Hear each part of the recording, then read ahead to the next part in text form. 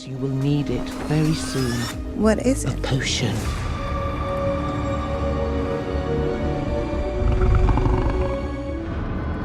Spirits and all the mystery. Kill you!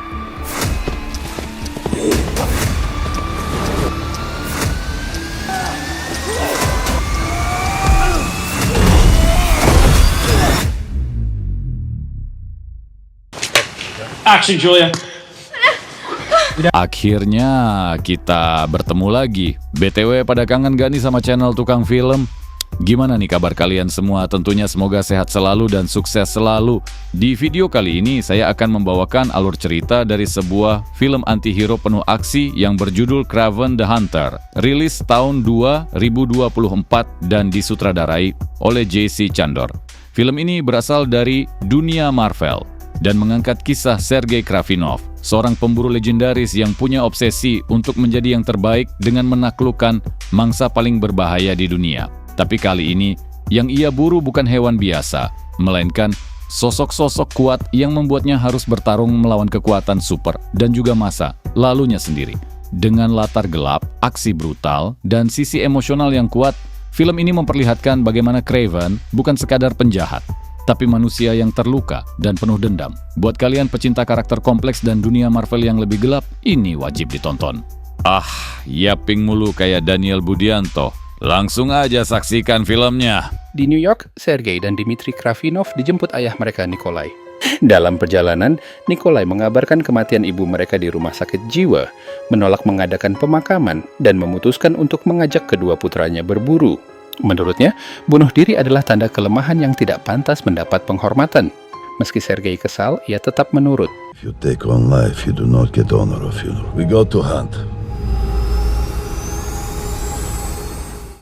Sementara itu, di Tanzania Utara, Calypso yang neneknya adalah peramal terkemuka, diminta memilih kartu tarot. Neneknya meramalkan kejadian tak terduga dan memberinya ramuan keluarga yang diklaim bisa menyembuhkan penyakit, merasa Calypso akan membutuhkannya. You will need it very soon. What is A it? potion. It's a sign of the spirit. It will heal whoever drinks it before your parents get back.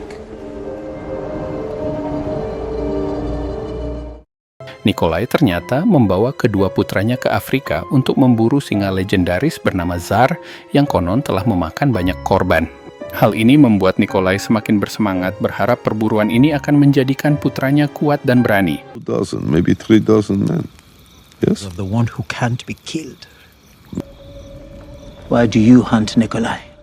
Keesokan harinya, saat berburu di sabana, Nikolai menembak rusa dan menyuruh Sergei mendekati bangkainya, menekankan keberanian. We are predators.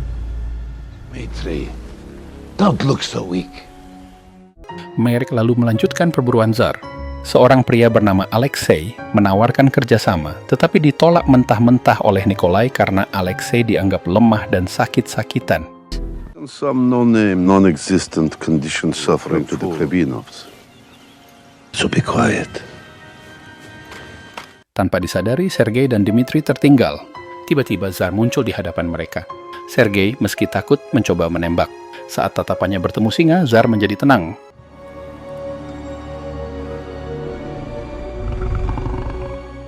Nikolai tiba dan menembak, membuat singa itu mengamuk dan menggigit Sergei.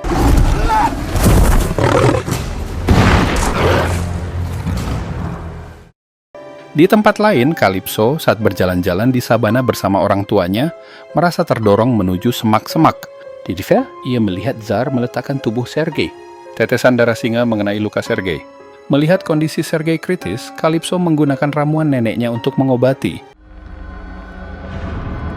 Spirits and all the mysteries. Sergei lalu dievakuasi dengan helikopter menuju rumah sakit. Calypso memberinya kartu tarot bergambar singa. Di rumah sakit, dokter terkejut saat jantung Sergei berhenti, namun ajaibnya kembali berdetak normal dan ia selamat.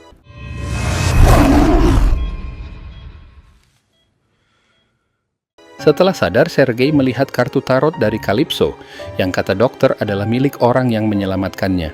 Dokter juga menyebut kesembuhan Sergei sebagai keajaiban mengingat parahnya luka. Dmitri dan Nikolai datang menjenguk. Nikolai ingin segera membawa pulang Sergei meski belum pulih total. I am here to take him home. Setibanya di rumah, Sergei menemukan surat dari ibunya yang meminta ia tidak menjadi seperti ayahnya. Sergei memang sudah tahu ayahnya adalah kriminal. Nikolai lalu memanggil Sergei dan berencana mewariskan bisnisnya, meminta Sergei menetap di Rusia dan mengirim Dmitri kembali ke New York untuk sekolah. Sergei menolak, tidak ingin menjadi kejam seperti ayahnya. You never have to be afraid again. He should have killed you! Sergei, get back here! Isa memutuskan untuk kabur. Saat berkemas, ia melihat bekas gigitan Singazar di bajunya dan menemukan botol ramuan Calypso, menyadari bahwa Calypso yang menyelamatkannya.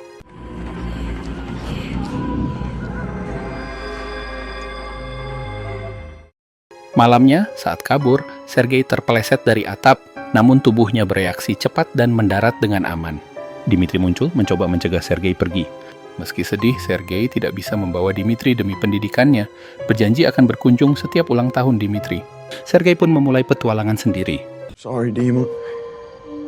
I am be gone forever.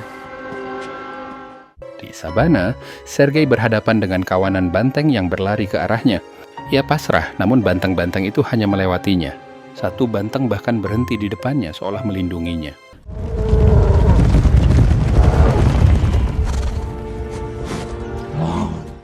Setelah selamat, Sergei tiba di rumah kaca peninggalan ibunya dan berniat tinggal di sana. Kejadian-kejadian aneh membuatnya menyadari kekuatan supernya, seperti kecepatan dan penglihatan jauh.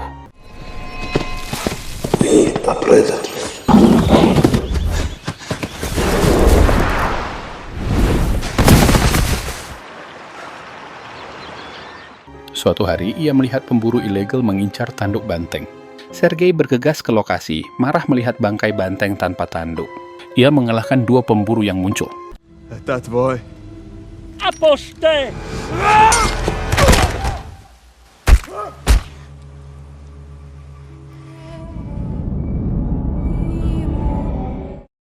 19 tahun kemudian, Sergei dewasa menyamar sebagai narapidana untuk masuk penjara Rusia di Kutub Utara. Ia sengaja membuat keributan untuk bertemu Kornei, pemimpin mafia di penjara. Sergei membunuh Kornei dan anak buahnya menggunakan taring harimau. Craven.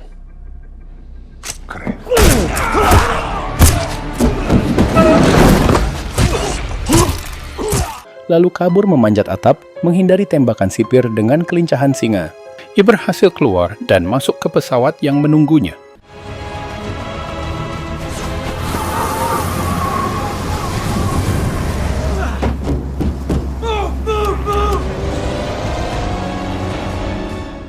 Ia kembali ke rumahnya di hutan. Mendapat pesan dari Dmitri, ia teringat ulang tahun adiknya. You? Where have you been?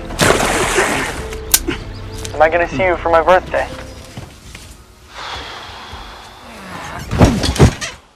Keesokan harinya, Sergei menghadang pemburu ilegal tanduk banteng di jalan. Ia berusaha menghentikan mereka. Satu mobil berhasil lolos, namun Sergei mengingat plat nomornya dengan penglihatan supernya.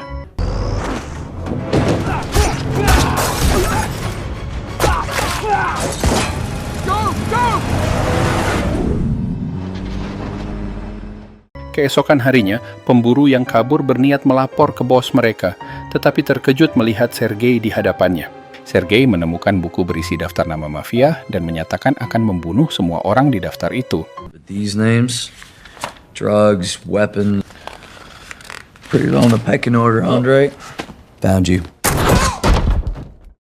Adegan beralih ke Calypso dewasa yang kini menjadi pengacara. Ia baru saja mendapat kabar sahabatnya terbunuh saat menyelidiki kasus Kornei. Setelah pemakaman, Sergei menemui Calypso, mengembalikan kartu tarotnya, dan berterima kasih karena telah menyelamatkan hidupnya, juga memberitahukan bahwa ia telah membunuh Kornei dan anak buahnya. Do you know who did this? They gonna get him? Probably not. I already did. Awalnya Calypso tidak percaya, namun malamnya ia melihat berita kematian Kornei dan beberapa kriminal lainnya. Karena efektivitasnya dalam memburu orang jahat, masyarakat mulai menjulukinya Craven, sang pemburu. Keesokan harinya, Sergei kembali menemui Calypso, menunjukkan buku daftar mafia, dan mengajak Calypso bekerja sama memberantas kriminal, mengingat Calypso memiliki koneksi. Calypso tidak langsung setuju dan memintanya berhati-hati karena perbuatannya bisa membahayakan orang terdekat. I'll think about it. Craven. People you care about are gonna get hurt. Sementara itu, Alexei kini menjadi salah satu pemimpin mafia berjuluk Rhino. Asistennya Bert menginfokan bahwa Corney dibunuh oleh sang pemburu di penjara dan diperkirakan pemburu akan datang juga untuk mereka. Semyon Chorny was killed in his prison cell. Hunter actually exists. He is real. It can be found. I'll do some digging. Mendengar kematian Corney, Rhino bersama Bert menemui 3 anak buah Corney, menyatakan akan mengambil alih bisnis Corney dan meminta mereka menjadi anak buahnya. Mereka menertawakan Rhino, diremehkan membuat Rhino menunjukkan kekuatannya.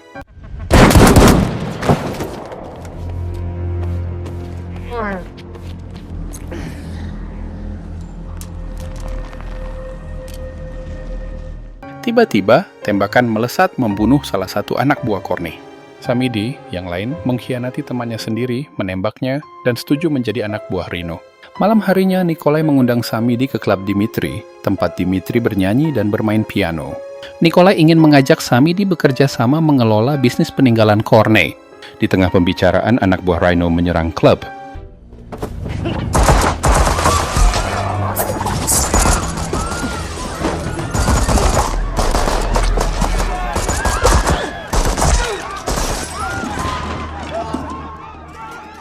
Nikolai berhasil mengalahkan mereka. Marah dan kecewa melihat Dimitri bersembunyi, Nikolai menyuruhnya pergi. You won't even defend yourself. You get attacked on my own ground. Di kediaman Rhino, Bert melapor bahwa serangan terhadap Nikolai gagal. Rhino tidak terkejut, tahu Nikolai tidak mudah dikalahkan. Bert lalu menunjukkan flash disk yang diselipkan di pintu berisi video pembunuhan Corney di penjara. Dari video, Rhino mengenali pemburu sebagai Sergei, putra Nikolai. Melihat peluang, Rhino menyuruh Bert menghubungi Froigner, seorang pembunuh bayaran yang sudah lama mengincar pemburu untuk membalas kematian mentornya, yakin Froigner akan menerima pekerjaan ini. Froigner sendiri saat itu sedang di penjara Rusia mencari tahu pembunuh Corney. Seorang petugas menegurnya karena masuk tanpa izin. Froigner membuka kacamatanya. Petugas itu mematung selama 3 detik dan Froigner membunuhnya dengan mudah.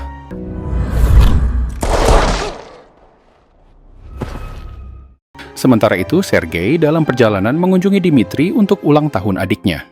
Mereka makan malam di klub Dimitri. Dimitri bercerita tentang insiden penyerangan dan keinginannya untuk menjadi lebih kuat. Sergei justru ingin Dimitri tetap menjadi dirinya sendiri dan bangga dengan kemampuannya saat ini, tidak ingin ia menjadi jahat seperti ayah mereka. I hate what people do. Papa's a criminal. So what good is his respect? Setelah makan malam, Sergei mengantar Dimitri yang mabuk ke apartemennya.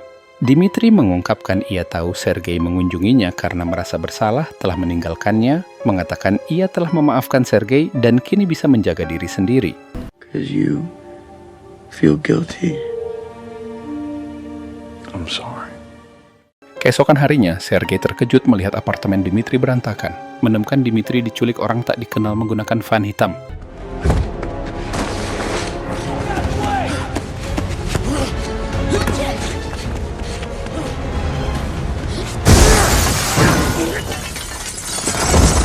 Dengan kekuatan supernya, Sergei mengejar van, melompati mobil dan mencoba memecahkan kaca anti peluru, lalu mencoba menghancurkan pintu. Mobil menabrak mobil lain, melontarkan Sergei ke jalan.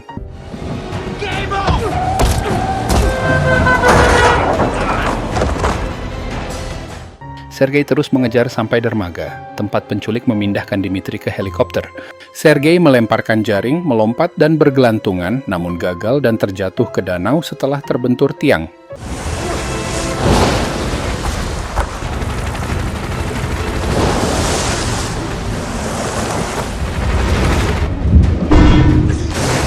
Demi menyelamatkan Dimitri, Sergei meminta bantuan Calypso melacak penculik adiknya. Ia menyebutkan ciri-ciri penculik, salah satunya merokok dari Turki. Calypso berjanji menghubungi informannya. You are going to do what you do. I'm gonna do what I do. Get us a name. Keesokan harinya, di kediaman Nikolai, Sergei menunjukkan jari manis Dimitri yang dikirimkan oleh penculik. Tebusan $20 juta diminta dalam 2 hari. Sergei memohon Nikolai membayar tebusan. Nikolai menolak, takut dianggap lemah dan tidak ada jaminan Dmitri selamat meskipun tebusan dibayar. Nikolai justru memarahi Sergei karena tidak selalu berada di sisi adiknya. He was dead the moment he was taken. Because that is what I would do. Show weakness, I begin to lose. Di tempat lain, Calypso mendapat informasi dari informannya bahwa penculik bernama Omer, mantan tentara Turki, bersembunyi di biara kosong di Turki Utara. Calypso segera memberitahu Sergei. Tanpa sepengetahuannya, informan tersebut suruhan Faulkner dan dalang penculik adalah Reno. Mereka bekerja sama menjebak Sergei. It's done. Get ready. Sergei berangkat ke Turki. Setibanya di sana, ia melumpuhkan musuh dengan panah beracun. Mendengar keributan, Omer bersiaga. Sergei lebih lincah menghindari tembakan gencar. Setelah anak buah Omer tumbang, Sergei menghadapi Omer menanyakan keberadaan Dmitri. Omer tetap bungkam. Dua penembak jitu bersembunyi di hutan menembak bangunan dengan bazooka, menyebabkan Sergei dan Omer terjatuh karena ledakan. Di bawah, Sergei kembali bertanya siapa dalang di balik ini. Omer yang sekarat menyebut bosnya bernama Reno. Faulkner datang dan meneliti panah beracun Sergei. This is crushed rosary piece. Sementara itu Dmitri dibawa ke markas Reno. Dmitri bertanya apakah ayahnya akan menebusnya. Reno menjawab Nikolai tidak akan mengeluarkan uang untuk orang lemah sepertinya. Dmitri kecewa. Reno menjelaskan tujuan menculiknya untuk menjebak Sergei. Ketika Reno menunjukkan video rekaman, Dmitri terkejut mengetahui Sergei adalah Kraven, sang pemburu. Clearly, you didn't know your brother very well. You think my brother Sergei is the hunter? Di tempat lain, Sergei yang selamat menelpon Calypso memberitahu ini jebakan. Bersamaan, Calypso melihat 5 orang mencurigakan masuk kantornya. Sergei menyuruh Calypso kabur dan menunggunya di suatu tempat. Sementara itu, Reno memberitahu Dmitri bahwa mereka punya kesamaan, sama-sama diremehkan. Namun, Reno kini tidak bisa diremehkan setelah berobat ke dokter ilmuwan Merce Warren di New York yang menyembuhkan penyakitnya dan membuatnya lebih kuat.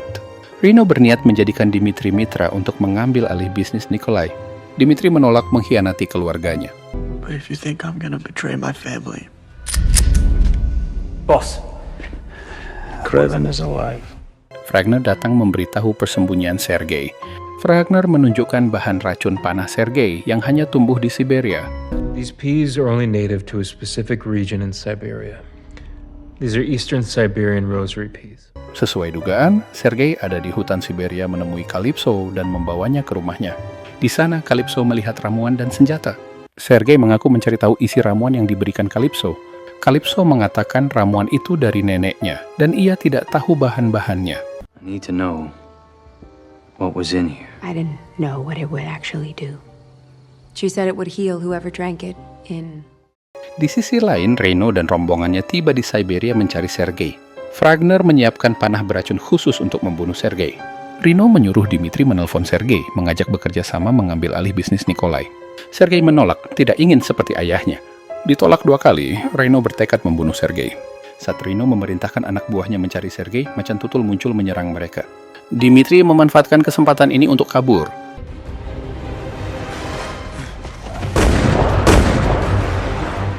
Di hutan, Sergei menyerang anak buah Reno satu persatu menggunakan jebakan Batman yang dipasang sendiri. Reno memerintahkan serangan bom dari pesawat, berhasil dihindari Sergei. Namun, Faulkner menembakkan panah beracun mengenai Sergei. Efek racun menyebabkan Sergei berhalusinasi laba-laba, ketakutan terbesarnya.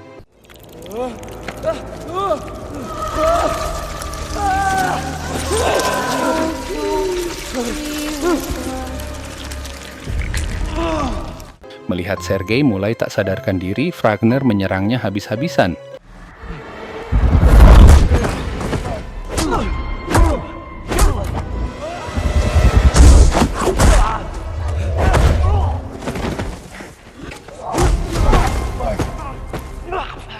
Faulkner menyuruh Bert mencari Dmitri.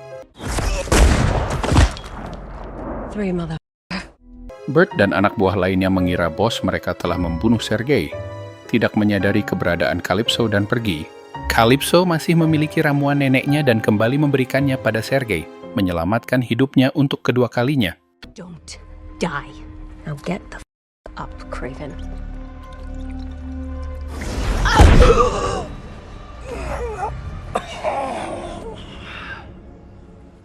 Di tempat lain, Bert berhasil menangkap Dimitri dan melapor kepada Rhino bahwa Sergei telah dihabisi. Mendengar ini, Rhino membawa Dimitri, berpikir Nikolai mungkin akan menebusnya karena Dimitri adalah satu-satunya putra yang tersisa. Di tengah jalan, kawanan banteng datang. Dimitri mengencangkan sabuk pengaman. Rhino melepaskan selang obatnya, berubah menjadi monster badak. Banteng-banteng menyerang mobil Rhino. Tiba-tiba Sergei muncul dan berhadapan 1 lawan 1 dengan Rhino. Pertarungan badak melawan singa dimulai.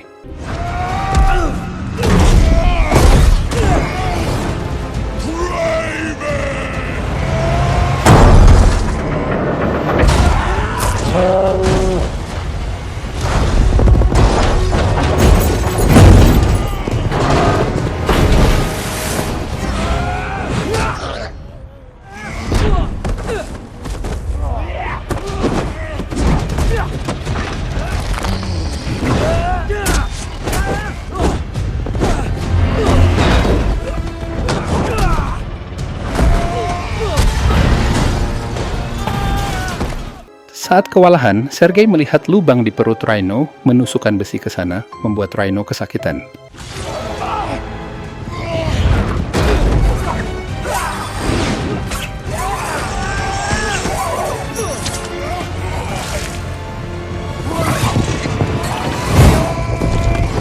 Melihat Rhino sekarat, Sergei bertanya siapa yang memberitahu ia adalah pemburu.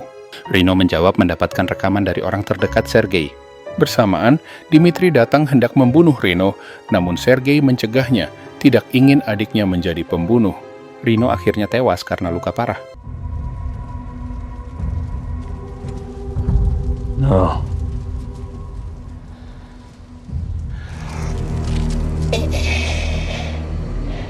Kemudian Sergei mendatangi ayahnya yang berburu sendirian di hutan. Sergei bertanya, apakah ayahnya yang membocorkan identitasnya sebagai pemburu? Nikolai tidak menyangkal, mengaku melakukannya untuk menyingkirkan Rhino. Meskipun harus mengorbankan Dimitri, yakin Sergei akan menyelamatkan adiknya. Saat Sergei hendak pergi, beruang besar muncul menyerang Nikolai. Kesal dimanfaatkan, Sergei membiarkan ayahnya dibunuh beruang itu. Never fear death.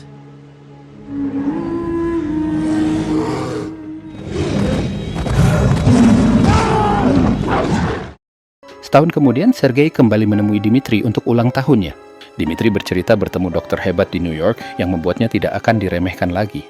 Beberapa anggota mafia datang melaporkan sesuatu kepada Dimitri. Ternyata, kini Dimitri meneruskan bisnis ayah mereka. Jawaban Dimitri lebih mengejutkan, ia menyebut Sergei munafik. Ternyata, Dimitri sudah tahu Sergei yang membunuh ayah mereka. Saat Dimitri hendak pergi, Sergei mengejarnya, kaget melihat wajah Dimitri bisa berubah wujud seperti bunglon. Dari sini, Sergei menyadari Dimitri telah berubah sepenuhnya, bahkan ia merasa adiknya akan menjadi lebih jahat dari ayah mereka. Go home, Craven. Di akhir film, Sergei pergi ke kediaman lama Nikolai, menemukan surat dan rompi kulit singa milik ayahnya yang diwariskan padanya. Nikolai tahu sejak awal Sergei akan menjadi pemburu hebat. Dan akhirnya, tamat. Badah, filmnya sedap bener. Gimana menurut kalian? Tombol subscribe-nya masih merah tuh.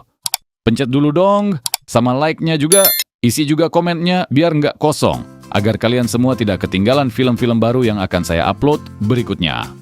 Langsung aja kita bahas ulasan terkait film yang udah kalian tonton. Kraven the Hunter 2024 disutradarai oleh J.C. Chandor. Adalah usaha Sony untuk memperluas semesta Spider-Man melalui kisah asal-usul salah satu antagonis ikonik Marvel.